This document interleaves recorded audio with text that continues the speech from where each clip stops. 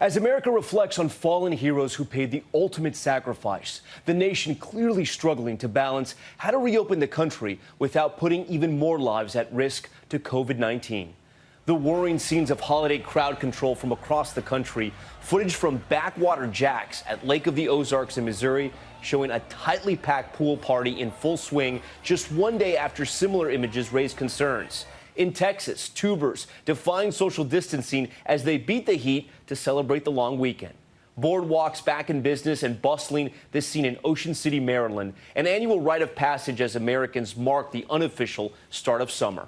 President Trump marking this Memorial Day at the Tomb of the Unknown Soldier in Arlington National Cemetery, keeping a safe distance.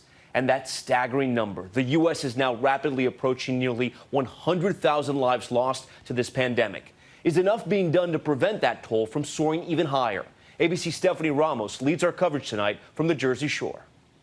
Tonight, an unprecedented Memorial Day. Thousands emerging from quarantine, many defying social distancing guidelines despite new cases of COVID-19 increasing in several states. New images of packed pools at Missouri's Lake of the Ozarks for a second straight day. They were added again. If you're worried about it, stay home. If you don't want to catch it, then stay home. The state's Department of Health releasing a statement just hours ago warning, this is when we tend to see the long-lasting and tragic impact of these decisions that are being made. Crowds descending on the scenic Lake Havasu in Arizona. In Texas, this river overflowing with tubers. If I get it, everybody else getting it. Hey, it's life. This club in Houston crammed with partiers. The city vowing to enforce its 25% capacity rule on bars and clubs after about 300 complaints of people not social distancing.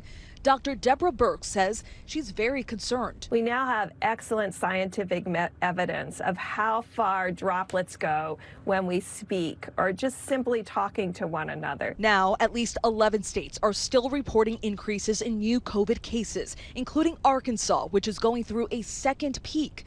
The nation approaching a horrific milestone, nearly 100,000 people killed by COVID-19. This Memorial Day, as we honor those who made the ultimate sacrifice, this daughter honoring her father, Emilio de Palma, projecting his picture on the side of her home in New Hampshire.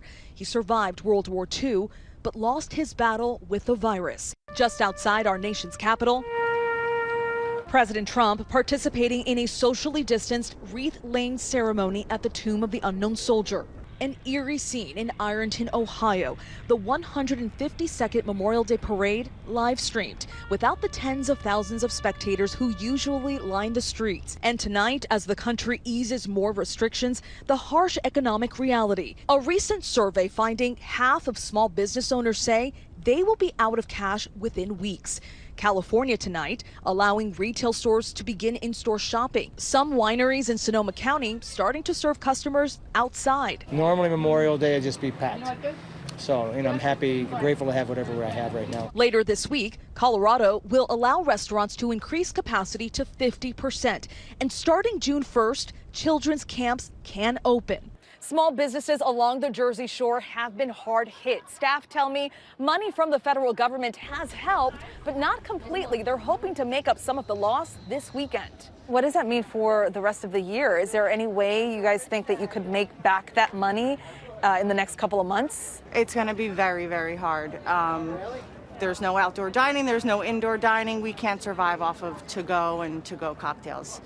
All right, Stephanie Ramos joins us now from Asbury Park there in New Jersey. And Stephanie, you're learning more about the toll the pandemic has already taken on some of these seasonal businesses?